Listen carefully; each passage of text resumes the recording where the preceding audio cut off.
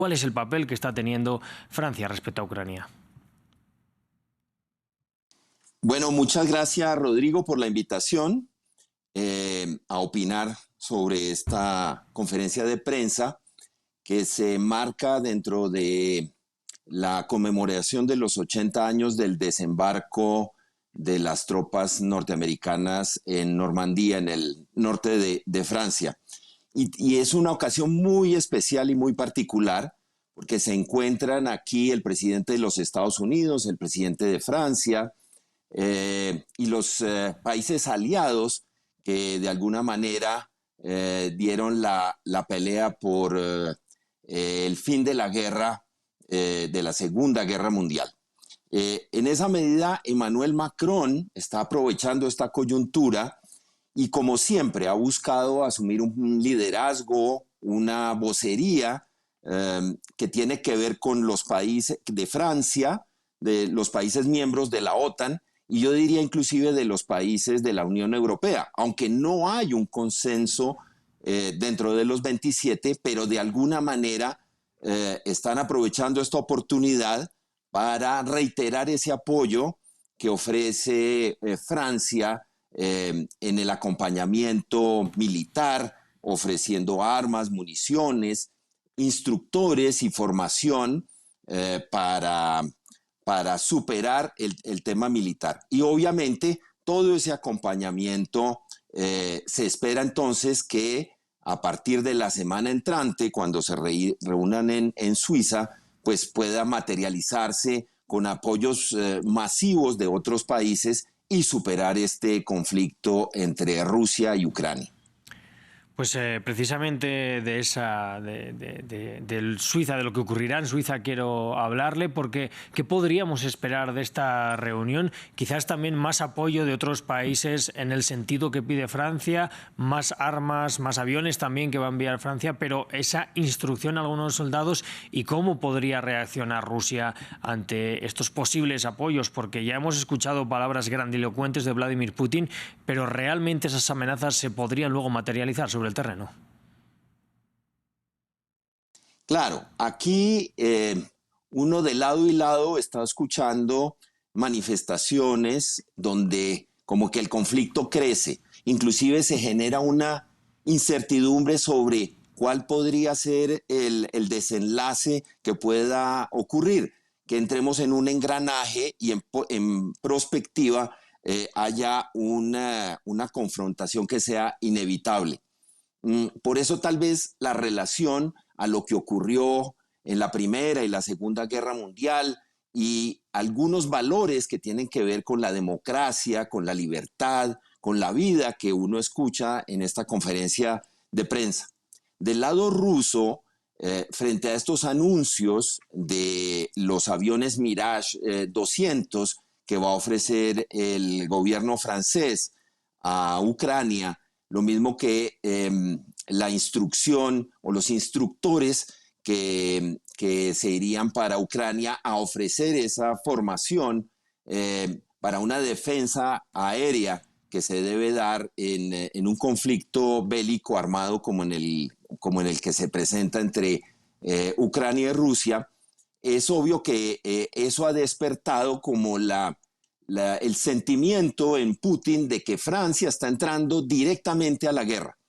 Y me refiero aquí a que habría una declaración de guerra entre Rusia y Francia, lo cual en la conferencia de prensa ha descartado Emmanuel Macron, pero es obvio, como ha ocurrido con los Estados Unidos, que intervienen en estos conflictos, que pueda haber intereses, no necesariamente en Francia en este caso, sino que están dispersos en el mundo, que puedan ser atacados por los rusos. Ese es el gran temor, y que lleguemos a una escalada de un conflicto inevitable. Claro. Y digamos, para abrirle una perspectiva a esto, recordemos que detrás de esto, en geopolítica, estamos hablando de un conflicto entre los Estados Unidos y China, y quienes se alían de un lado y del otro. Claro. Bueno, hemos escuchado hoy a Volodymyr Zelensky hablar de libertad.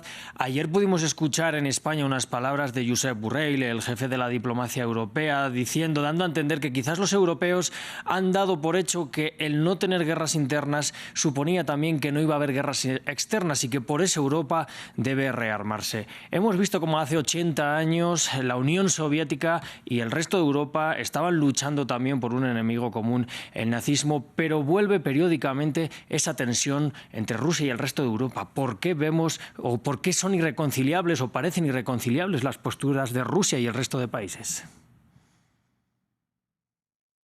Recordemos que desde la perspectiva europea, la construcción europea como proceso de integración se da para superar justamente las guerras, los conflictos entre los países. Entonces estamos llegando hoy a una situación, y cuando inició hace un poco más de 2 años este conflicto entre Ucrania y Rusia, donde los países europeos no estaban en una posición de ofrecer una política de seguridad y de defensa común, inclusive muchos de esos recursos que se destinan por parte de los países a la construcción europea tienen unas limitaciones para inversiones en temas armamentísticos y militares. Todo esto ha sido reevaluado justamente en este conflicto porque recordemos una cosa muy importante. Es la primera vez que en un conflicto donde interviene un miembro permanente del Consejo de Seguridad de Naciones Unidas, ese país anexa a otro. Y eso es una situación que ni para Estados Unidos ni para Europa es admisible. Entonces, ha tocado hacer muchas figuras de orden jurídico para poder ofrecer esa apoyo y esa ayuda a Ucrania y superar eso sin entrar en un conflicto armado. Y por eso allí la importancia estratégica de la OTAN puede ser fundamental. Claro, y nos acercamos ya a unas elecciones europeas que de hecho ya han empezado en algunos países, van a finalizar este domingo, donde el tema del rearme, el tema de Ucrania, esos son dos de los puntos centrales para las votaciones. ¿Qué podríamos ver en el marco de la Unión Europea de aquí a los próximos años? Porque hay muchas posturas, parece que hay unas tensiones en torno a un eje franco-alemán, podríamos ver también mayor integración, a mayor distanciamiento de la OTAN. ¿Hacia dónde parece que se encamina esto? Una situación que yo destacaría es que hoy el presidente ucraniano Zelensky asistió a la Asamblea Nacional Francesa y como uno puede observar en las imágenes, fue muy poca la asistencia que hubo de los diputados franceses y los que se han ausentado son los partidos tanto de extrema derecha como de extrema izquierda. Y como lo menciona usted, Rodrigo, estamos a puertas de un proceso electoral europeo. Y las manifestaciones que han dado esos partidos, tanto de extrema derecha como de extrema izquierda, es de crítica y de oposición a la posición francesa de intervenir en ese conflicto. Entonces, claro, aquí se está jugando una coyuntura política que se define este fin de semana en las elecciones al Parlamento Europeo, pero es Europa que tiene que buscar unos acercamientos, una alianza franco-alemana, pero hemos visto las dificultades que se pueden presentar con Hungría, con Eslovaquia, en fin, que no están de acuerdo o cada uno tiene que tener su soberanía para poder decidir si interviene o no en ese conflicto. Pero lo que uno observa es que esos extremos de alguna manera se juntan en esos cuestionamientos y en esas críticas a la intervención en Ucrania. Pues Andrés